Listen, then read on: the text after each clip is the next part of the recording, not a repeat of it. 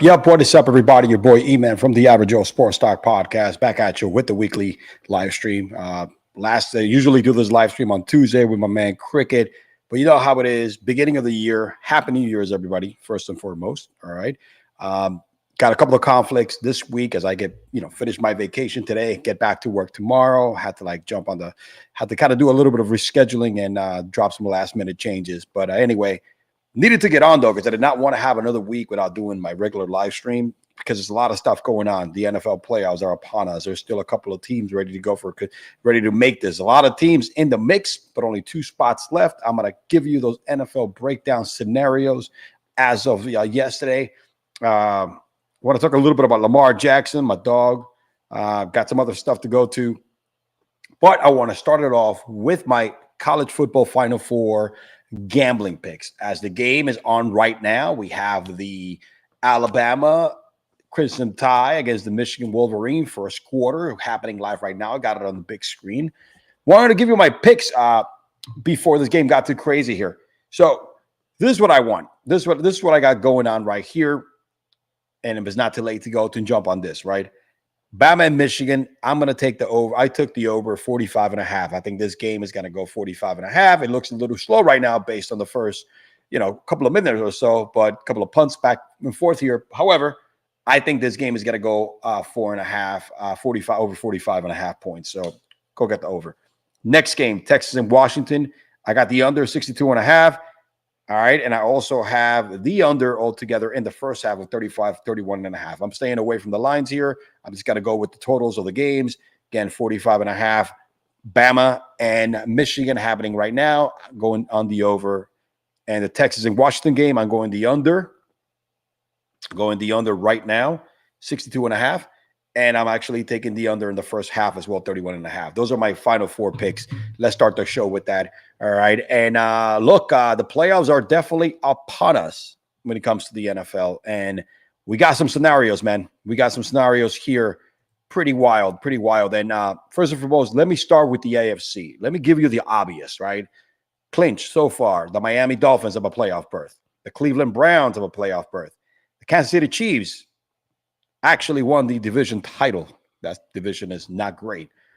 Baltimore Ravens, all right, AFC North division title and have the number 1 seed, first bye, and home field advantage throughout the first round. And before I jump on and tell you who's right now, what is in the hunt, I'm going to make it very clear. Big Lamar Jackson fan. Love that dude. He's from Mike Pompano, right around the corner from where I actually work in Deerfield Beach. I'm in Pembroke Pines, which is like the Fort Lauderdale area. Again, right around the corner. Everybody knows this kid. I know a lot of his friends. Even though he is having a nice season, the team is having a great season because they finally have given him weapons. They got more wide receivers to depend on. Isaiah likely has emerged in the absence of I forgot the name tight end now. It'll come up to me. The starting tight end who got injured. You also have OBJ, who's helping out a lot. OBJ is about to hit his bonuses if he actually has a good week at the end of the season. And, of course, Zay Flowers has been a great addition. So he has some weapons. That defense with Roquan Smith has been top-notch. They have everything clicking. Now, he has not had his best season statistically, and that's what we look. What I look, in my opinion, I think even the NFL, they look at the statistical numbers based, and that's how they give the MVP for the quarterback. Quarterback wins the MVP most of the time. So look, because Lamar Jackson's team is having a great year and he's having a decent season, but he's not having an MVP statistical type of season, I don't think he deserves to be the MVP. He's lit it up in the last 2 games. He's been clutch. He's been clutch the last couple games. All right. He's actually has been on fire, beating the team that I thought was the best in the NFL, in the Niners, handedly. And then last Sunday, a complete annihilation of the Miami Dolphins, who we know they're fugazi, but they slapped the Miami Dolphins down like a little schoolgirl. All right. Bottom line, that, you give credit where credit is due. But again, he's come clutch in the last 2 games, threw 5 touchdowns yesterday, total touchdowns. He's coming up hard as of late. That doesn't mean he has the MVP numbers. His numbers overall are not better than Josh Allen, total touchdowns, and all the other stuff. Josh Allen does have a lot of picks. I mean, Josh Allen's not going to win it, but his numbers are not better than even Dak Prescott. There's other quarterbacks I'm not going to mention because we're not going to get into those MVP talk back and forth. All right. However, because he's come out really clutch as of the last 2 games, top seed in the clinch a top seed in the AFC, he's doing what he's supposed to be doing to get his team to the next level. In my book, he's not deserving of the MVP this season, and I think Lamar Jackson could care less, all right, about the MVP award himself. He already won it. Shout out to the Back It Up Bench podcast. What's up, brother? A regular always on our weekly live stream. Yep, he did chew up your fins yesterday without having to run. He is the MVP for me. Look, he has had 2 clutch games, and it's a valid opinion. However, he doesn't have better number than other quarterbacks that are ahead of him. I don't think he has had a bigger impact than CMC has had for the 49ers, Christian McCaffrey, right? I mean, you even got CeeDee Lamb right now, like right there with Tyreek Hill for the lead of receiving yards. And you got Tyreek Hill, if he hasn't gotten hurt, he'd probably be still in the conversation. But because he's not deserving, in my book, of the MVP this year, that doesn't mean he's not deserving of a Super Bowl. That dude deserves to win a Super Bowl. If there's a quarterback that deserves to be a Super Bowl champion, is Lamar Jackson. All right. There's a lot of things about him. He's a baller. He works his ass off. Year after year, he works on a deficiency and improves it and comes back even better. This guy is the epitome of a great teammate. All right. Good leader. Great guy on and off the field. Locally down here, he's in a bunch of organizations, Goodwill, outreach, really involved with the city in Pompano. He's involved with the neighborhood where he grew up, where his mother still lives. Again, great overall guy. If there's somebody in the league that deserves to win a championship, win a Super Bowl, it's Lamar Jackson. And he deserves to win it this year.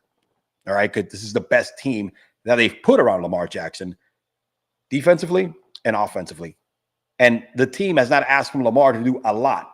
All right. That's why they've won a lot. That's why his numbers are not up there, right? Overall, like eye-popping, because they only need him to do what he needs to do to be Lamar, be that changing talent, that you can't even guard or whatever the case may be. They just want him to do it when they need him to do. And that was last week against the Dolphins, especially against the 49ers a week ago. So with that being said, look, not hating on Lamar. Look, LeBron James, I know he threw his little tweet out there, because that's what LeBron likes to do. He likes to stir up the shit. He goes in there and says, oh, he's a little, what do you think of the little quarterbacky now? Get the hell out of here. Nobody's not giving Lamar Jackson his flowers. He already has an MVP. And again, I think he could care less about winning the MVP. What he wants is that ring. All right. And I'm not talking about a wedding ring. He wants that championship ring. It is what it is. Again, the man deserves to be an MVP, to be a Super Bowl champ. I don't think not this season. He has the numbers to be an MVP.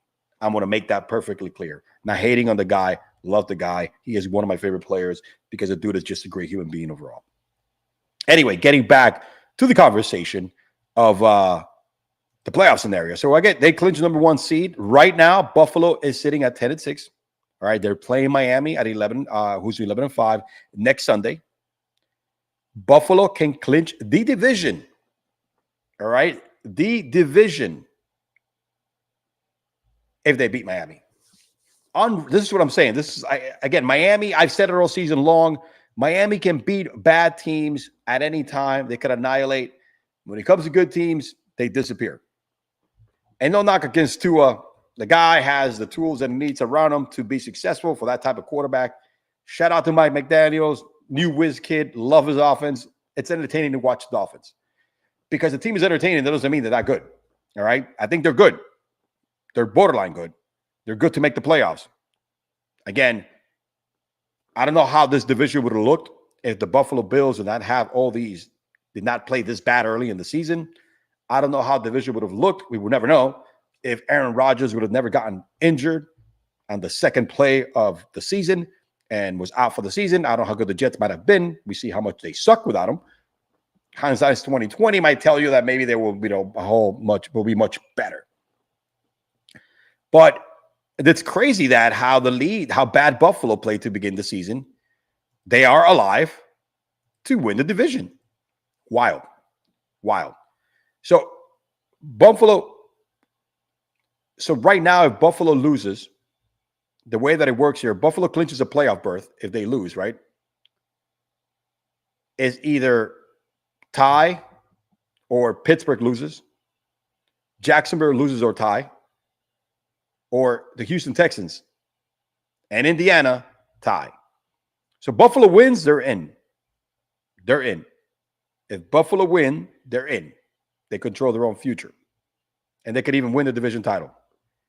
You know what I mean? However, if they still happen to lose to Miami, which I think they're not going to lose to Miami. I think Miami is playing flat. Miami is right now is hurt. These Dolphins are playing. It's a bad gig, man, for the Dolphins to play hurt now. And it's a shame, all these injuries. That's huge. However, let's say they beat Miami. You know, Miami falls in the same scenario as the Bills right now. But the Bills, if they win, they're in. They control their own future. What else do we have here? Next, let's go look at the Houston Texans, who's still alive. They're 9-7. They're playing the Indianapolis Colts, 9-7 as well. Houston can clinch the AFC South Division title. Shout out to D'Amico Ryan. I'm sorry. Shout out to CJ Stroud, the next GOAT, the truth. And to me, Coach of the Year, D'Amico Ryan. Because they're in the position to win the division from a team that sucks so much, from a team that cleansed himself from, the predator, like my boy Jim likes to call him, Deshaun Watson. Oh, touchdown, Alabama. Great run. Great run with McAllen. There we go. Touchdown, Alabama. There we go, baby. 6-0. Let's go. Let's go over 45. But yeah, Houston wins if Jacksonville loses or tie. So they have to beat the Colts. And then if Jacksonville loses or ties, Houston clinches the AFC South.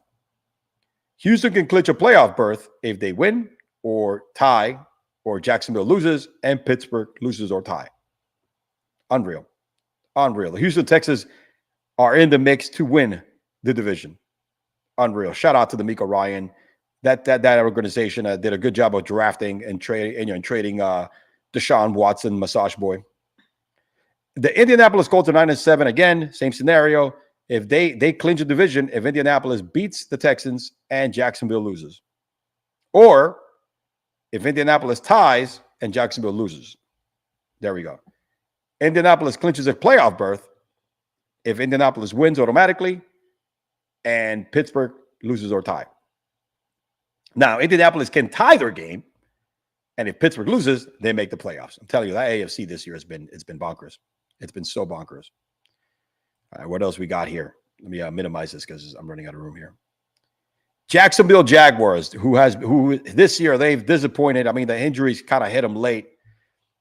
But Trevor Lawrence, who I got to give Trevor Lawrence some props. He is a tough guy. You know what I'm saying? He is a tough guy. But, it's last week. It was a clutch win there by C.J. Beathard. I mean, they played a bad team, so they got lucky. But the Indianapolis Colts, right now, let me go ahead and scroll up here. The Indianapolis Colts.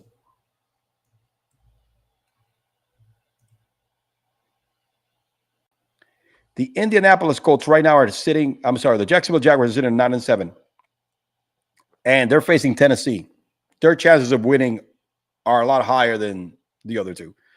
So they need to win to clinch a division.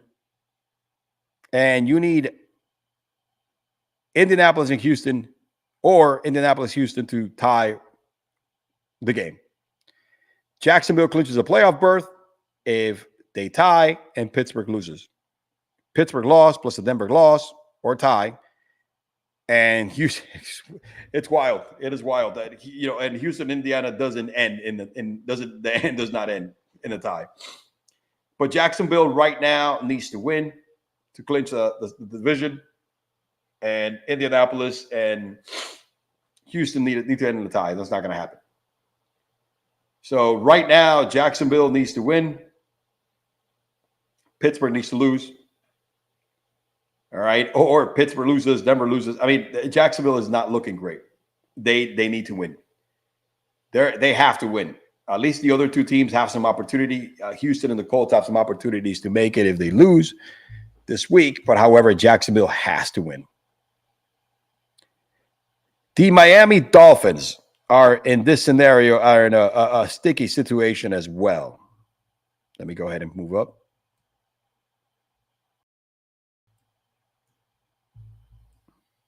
Are in a sticky situation as well. Miami Dolphins can clinch the division with a win or a tie against Buffalo. All right. That's bottom line. They clinch a division. That's what I mean. They're going to make the playoffs anyway, but they need to clinch the division.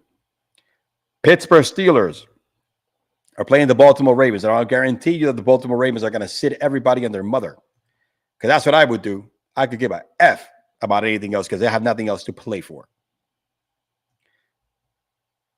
However, the Pittsburgh Steelers need to clinch a playoff berth by them winning and Buffalo losing. They still have to win, or Jacksonville losing. Third scenario, Pittsburgh has to win, Houston and Indiana end in a tie, or Pittsburgh ties, Jacksonville loses, and Houston and Indiana doesn't end in tie. Doesn't end in a tie. Jacksonville loses, Denver loses, Houston doesn't end in the tie. I mean, it is a wild scenario. Bottom line, Pittsburgh has to win their game, and then they're going to need help from Buffalo, from Miami. They're going to need help from the Tennessee Titans, and they're hoping that Houston and the Colts tie. So they still have a shot. Complicated? Yes, it is. There's your playoff scenarios for the AFC.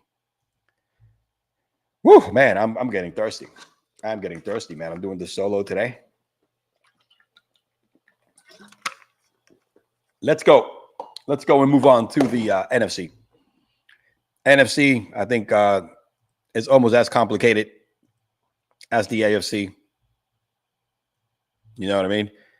So San Francisco has clinched the NFC West division and the number one seed. They have a first round bye and home field advantage. They needed that. The screw job that Detroit got right now puts them in a tie with the Cowboys, and they are the NFC division title. And based on how everything shakes out, they could end up being like the fourth seed. Dallas is a playoff berth. The Rams is a playoff berth. Philadelphia Eagles have a playoff berth, even though they lost to Arizona. The Rams is the team that scares me the most. I don't think nobody in the first round. I don't think Dallas wants to play them. I don't think if Detroit ends up playing them, wants to play them either. This team is healthy. This team is clicking on all cylinders, defensively and offensively. They have the receivers, the running backs, the front end. They got the defense with Aaron Donald, veteran quarterback that gives me some little Eli vibes. Wild. Watch out for the Rams, folks. They are the team you don't want to play in the first round because good opportunity that you may lose regardless of how good you are. That's why San Francisco, I think, it's happy there. They got the first bye. The Atlanta Falcons are playing the New Orleans Saints, and Atlanta clinches the NFC shitty division. Someone has to win division. If Atlanta wins and Tampa Bay losses, both teams lost this week. The Dallas Cowboys at Washington 4-12. This is a guaranteed win. Dallas clinches the NFC East if they beat the Commanders, which they will, or if Dallas ties and Philadelphia ties, or Philadelphia loses. So Dallas, again, it's going to end up, could clinch its division. That's how crazy the Phillies have been playing. All right, let me see here. Next, we have the Green Bay Packers. Last night, huge victory against against the Vikings. You know, the quarterback carousel of the Vikings. They're 8-8. They're still mathematically alive. They're going to play Chicago on next week. And check this out. Green Bay needs to win. So if they win, they're in. That's it. They win, they're in. If they tie, Seattle loses or tie, and New Orleans loses or tie, they're in. If Green Bay ties the game, Seattle loses, and Tampa Bay loses, they're in. If Green Bay ties and Seattle ties, Tampa Bay loses or tie, they're in. If Minnesota loses or tied plus a Seattle loss, a Tampa Bay loss, or Minnesota loses or tie and Seattle loses and New Orleans loses, they're in. They have a lot of help here. So Green Bay right now, best thing to do is win and you're in. But they still have a lot of help and scenarios for them. They just cannot lose, okay? They could have to win or tie. Tie will be put in your future, their destiny in somebody else's hands. They win, they're in. The Vikings are still alive at 7-9. They're playing Detroit. You know, Detroit wants to win because they want to make sure they're hoping that Dallas loses. But right now, Minnesota needs to win on every scenario. If they win, they're in. So not only they need to win, but they need Green Bay to lose and Seattle to lose and Tampa Bay to lose to get in. Minnesota needs to win. The other scenario is Green Bay loses, Seattle loses, and New Orleans loses. So Minnesota has to win and needs a lot of help from somebody else. What do we have here? All right, next. The New Orleans Saints are 8-8. They're facing Atlanta. All right? They're facing Atlanta. So New Orleans wins and Tampa Bay has to lose. Or Tampa Bay has to tie. Or New Orleans ties, but Tampa Bay has to lose. So they need Tampa Bay. The Saints need Tampa Bay to lose, which they schooled last week. They need Tampa Bay to lose, but they have to win, and they will be in like Flynn. The Philadelphia Eagles. The Philadelphia Eagles here. They're facing my Giants. That's a guaranteed win for these boys. So Philadelphia will clinch the NFC division. All right. If they have to win and Dallas has to lose. Dallas has to lose regardless. Even if they tie the game, if the game ends on a tie between the Giants and Philly, which is highly unlikely, Dallas still has to lose. Dallas is holding their own destiny right now. They're holding their own destiny right now if they win. They win, they're going to win the division. Unreal. The Seattle Seahawks are still in it. They're 8-8. They're facing the Arizona Cardinals. Seattle needs to win. However, they need help with a Green Bay loss or if Seattle ties the game with Arizona, they still need Green Bay to lose. Plus, Tampa Bay needs to lose. If the game ends on a tie again, Seattle ties, Green Bay has to lose, so as New Orleans has to lose or tie. So Seattle needs to win, and then they're going to need a little help from other friends. Tampa Bay Buccaneers, who I want them to win, are playing Carolina, should have the best opportunity here to get that last playoff berth and win the NFC South division. So Tampa Bay has to win. If they win, they win the division. Bottom line. But if they decide to not win and the game ends in a tie between them and the Carolina Panthers, New Orleans needs to lose or tie. All right, that's for the division. All right, the other one is and let's say for them to win, to get a playoff berth. So if they win, they win the division. Let's say they tie the game. Seattle and Green Bay both need to lose, and they still can make the playoffs. That's it. That's your NFC scenario. There's still a lot of opportunities here for a lot of different people, man, to make the stuff like that. It's confusing, I know. I even confused myself. But that's what we got. That's what we got right now, man. The playoffs, baby. It's all about the playoffs. Oh, man. What else we got over here? So, yeah, I gave you my bets. Playoff scenario. We spoke a little bit about Lamar Jackson. I wanted to jump on the podcast and get something going. Alabama is up right now. Let me actually play you a word from our sponsors, BetUS. The link is in the bio, in the description. I mean, it's in the description, not in the bio, in the description of this video. Go ahead and check out BetUS, who have the highest sign-on bonus, 125% sign-on bonus if you join with my link, up to $2,500. I've been to 56 straight home games. I've tailgated 61 times. I've been to 31 practices. I've collected 17 autographs. I've had 27 beers spilled on me. Make that 28. I've got one sports book. I've got one sports book. I've got one sports book. BetUS.com. Sign up at BetUS and get a massive 125% bonus. All right. Sorry about that. I had some background noise. Yeah, man. So the playoffs are upon us today. What is Monday night? We got Monday Night Football. Why don't we do some picks on Monday Night Football here?